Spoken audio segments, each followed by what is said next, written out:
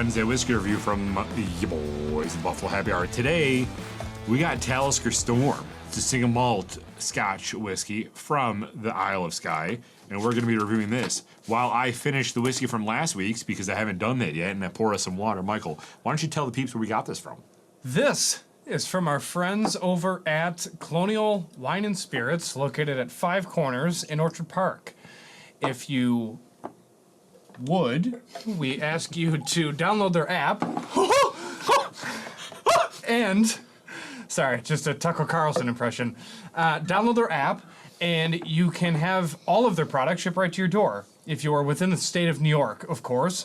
But otherwise, when you are online buying things and shipping it right to your door, make sure you use checkout code BHH. So that way you can enjoy some discounts from us and them. So thank you. But this is going to be a first time for us both. Yeah. Never had it. No clue.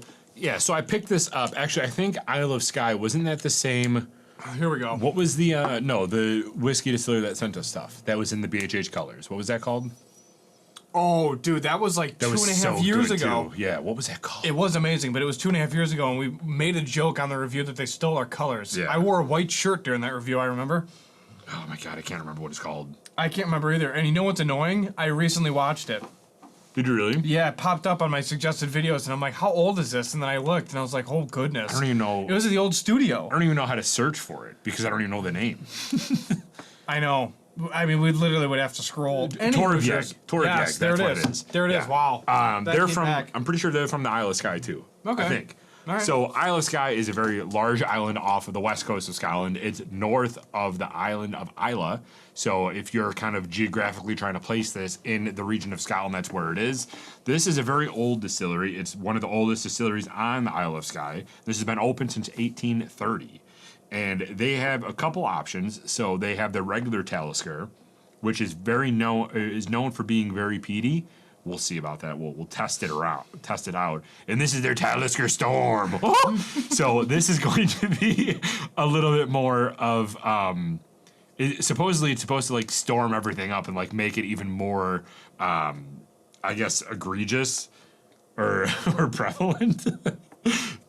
So everybody, we'll tag him in this. He won't care. But there's this kid that does Tucker Carlson impressions, and it's just what we are absolutely obsessed with. So anyway, so it's the Talisker Storm.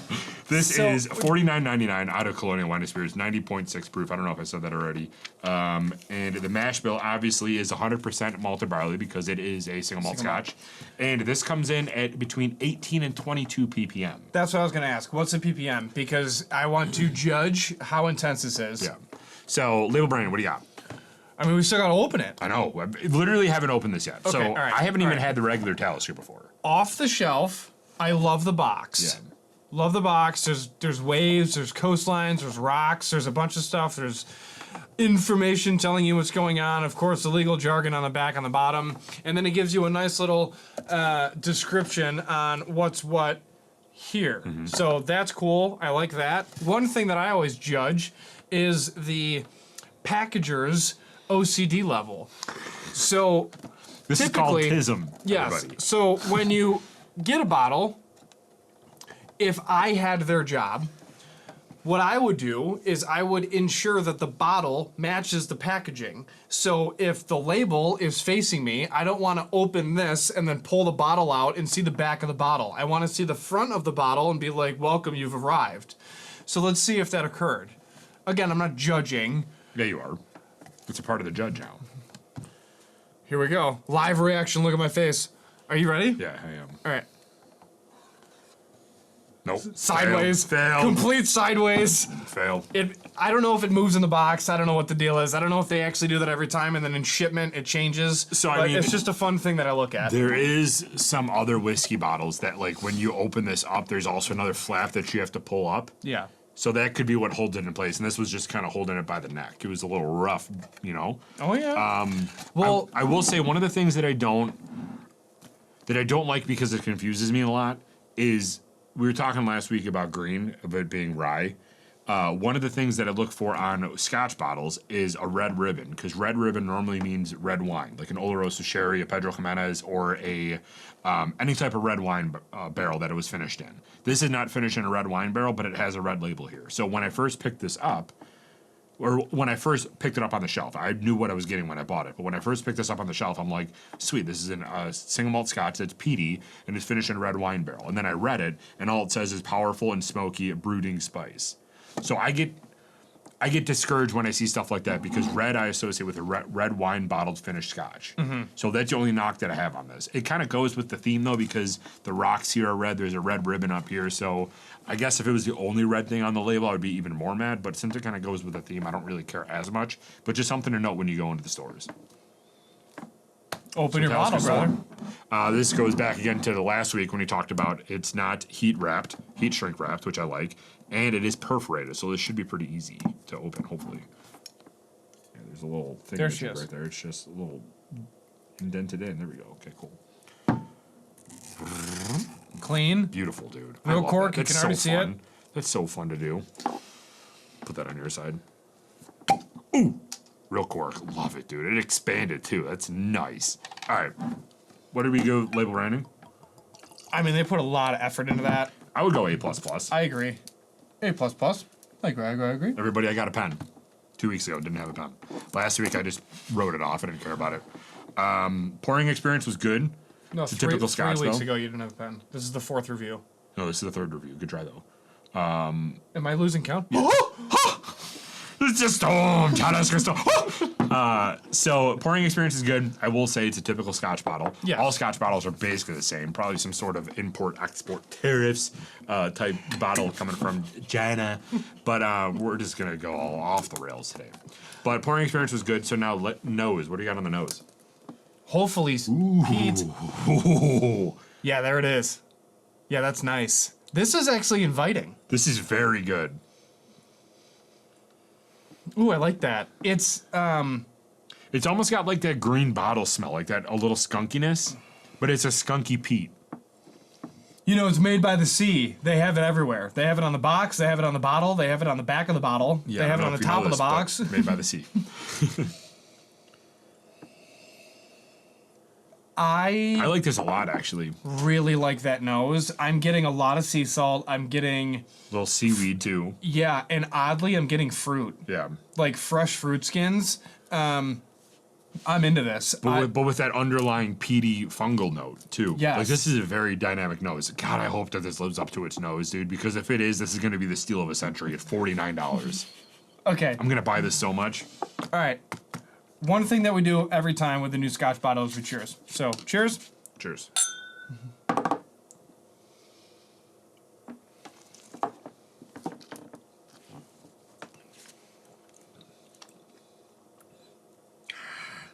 So the nose is here. The initial taste is like here, Yeah, it definitely went down. but it's still good. Yeah, it's still good, but I feel like it tastes very watery. Yes. Where would you rate the nose? Because I'm at like an A plus Nose, check. I would go A plus. Yeah, H plus check. I like that.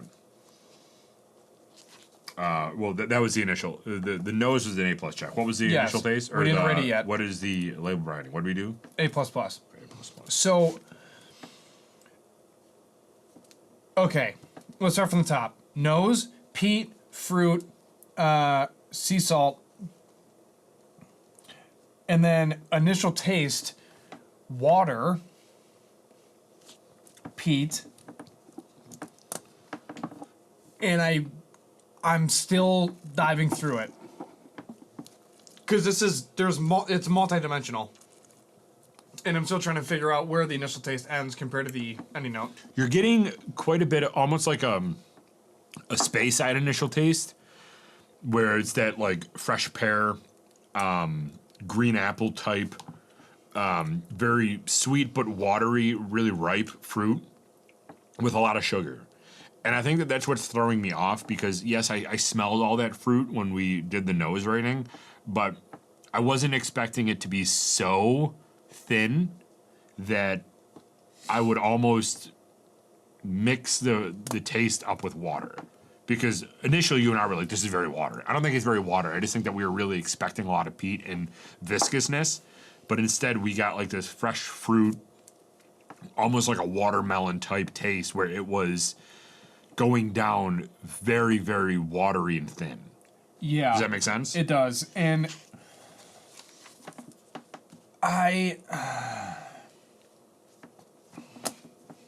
there's no age statement, and that's also the difficult part here, because I'm trying to determine why. Like, It's made by the sea too. it's made by the sea. Where would you rate the initial taste? Honestly, what did we for the nose? We did A+ check. I'm at I like might a go B. B+. Yeah, I'm not B check. No, B+. I agree. I can't. Like, it's water, peat, wood sugar, fruit skins on the initial taste. Most of that matches the nose, except it's thin. And I can't figure out why it's thin. It's almost like I wish they aged it longer to make it thicker, but I don't even know if it works like that. Like, that's my hiccup. I want to ask that question so bad. Like, how can we make this a little bit more full-bodied? Yeah. Where, honestly, dude, this is like a summer scotch. Dude, if you throw this in a Pedro Jimenez cask, you know how much full body that would get from there, because that's a Right. very jammy red wine. Yeah, great call. Man, it's almost like there's more left to be desired. Like, if they put another $30 into its price, what could we get? Yeah. And maybe the regular Talisker is. We'll have to get our hands on a bottle of that. And I not really the wanna Talisker compare. Storm. I really because wanna this compare. is meant to be like a Watch, it's more even thinner. aggressive. Well, that's what I'm scared of, because this was supposed to be a more aggressive bottle. And it's still thin. Yeah. Yeah, I mean, kind of transitioning into that ending note. The ending note, I'm almost getting like an ashtray or like the end of a fire, where it's just very ashy, woody, not very peaty, but more smoky, I guess. Yeah, I'm with you there. That's fair. I'm really trying to see if there's something else. I mean, there's almost not. There's like a touch of baking spice, but you got to dive deep to get there. You're getting some of that fruit sugar to it that back on. I just think that both of us can agree this nose was so unbelievable, and it smelled like it was going to knock you off your, completely destroy you. Oh, yeah. And then we said, I hope it tastes like this, because it's going to be the best $49.99 bottle ever. And then that should have been our indication of, that's why. Because the taste does not live up to that nose. Which, again, is fine, because it's still $50. So, ending note, where would you rate that? I'm still in the B's. B check. Yeah, that's fine. I agree. So, final countdown. Final rating. Derek, give me that countdown, because I'm really still trying to nail This that is in. a tough one. This is going to be a really difficult one. All right, 3, 2, 1. 85. You know what? No, I don't like my rating at all. What? I don't like my rating. I think I'm giving way too much credit to the nose, because I normally try to weigh out, I gave 2 A's, I gave 2 B's, so it has to be in between, high 80s. But I think I'm more aligned with you. I think if I was really being honest with this, I would probably say 78. Yes, I mean, that's... 85 was way too high. This is a C product. It's difficult because we rate these all 75.5? 72, and I said 78, so that's 6. Half of 6 is 3, so 75. Okay, 75. It's difficult because we try to rate these individually, but the overall rating is kind of what really matters. And I got to stop being in that whole. We gave it 2 A's, we gave it 2 B's, so it has to be. Yeah, kind of I in mean that whole that's thing. that's where I'm at, because we didn't give it any C's, but it's a C product. Let's be honest. No, it is. It is, and that's fine. But that's. I mean, do they murder label branding? Yeah. They murder that, which is great. Thank you for doing that. It's nose, dude, gorgeous. they crushed the Yeah, nose. they crush the nose, and then as you taste it, you're just like, oh, okay, we're here. I mean, 75 is realistic. Grab Lagavulin 8 really quick, because this is what I. Oh, I'm so stiff. You. Not.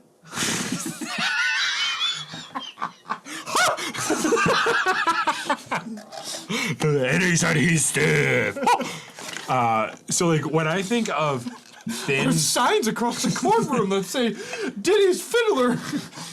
when I think of thin peat, this is what I think of. This is a Lagavulin 8 is obviously like the younger brother of Lagavulin 16, which is one of my arguably favorite Islay scotches. But this one is obviously more affordable. It has that same thinness, but instead of it being ash at the end, it's peat at the end. Yes, and it's thin. Yeah. But there's more to it. Correct. So, yeah, and this is significantly lighter too. So you would think like Yes. Lagavulin 8 is 8 years, but you would think if this isn't being secondary maturated in like any type of barrel, which it's not, I couldn't find anything along that. You would think this is probably like a 6 or a 7, maybe.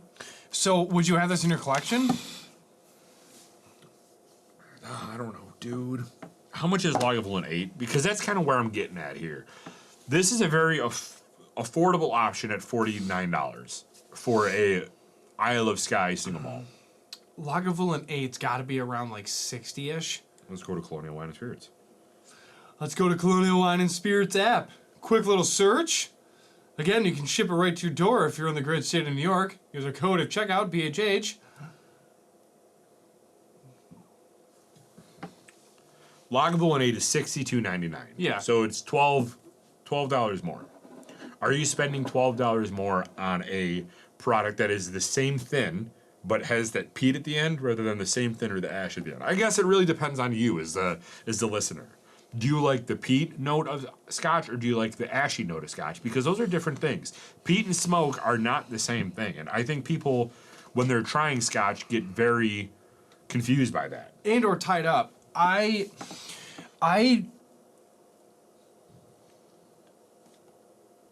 would not have this in my collection. I would grab Lagavulin 8. Yeah, I agree. And I think we need to try Talisker regular, just to see what that's like. Yeah. I think they needed to do, they either needed to age this in something, or maybe make the ppm a little higher, or do something to make that middle ground be more full body. This was a really interesting pour. Yeah. Really interesting pour. Yeah! The overall experience from this was phenomenal. And that's also the whole point of whiskey. So thank you for tuning in. Thank you for watching. And Derek, take us out.